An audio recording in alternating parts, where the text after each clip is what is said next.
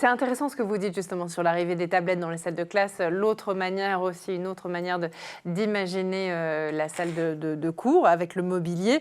Vous n'avez pas peur justement avec l'utilisation assez intensive du numérique en classe d'augmenter encore le temps d'écran? Vous avez dit que vous y faisiez attention, mais concrètement aujourd'hui dans les salles de classe, notamment au lycée, comment ça se passe? Est-ce qu'il y a des enfants, des familles qui vous disent que c'est peut-être un peu trop par rapport en plus au temps d'écran qui est ajouté à la maison?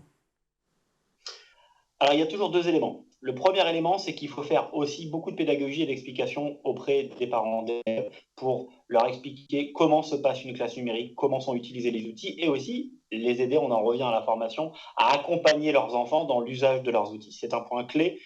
Pour moi, le parent d'élève est une cible au même titre que l'enseignant et l'élève dans la pratique de la transition numérique dans l'éducation. Le deuxième sujet sur le temps d'écran et sur les usages.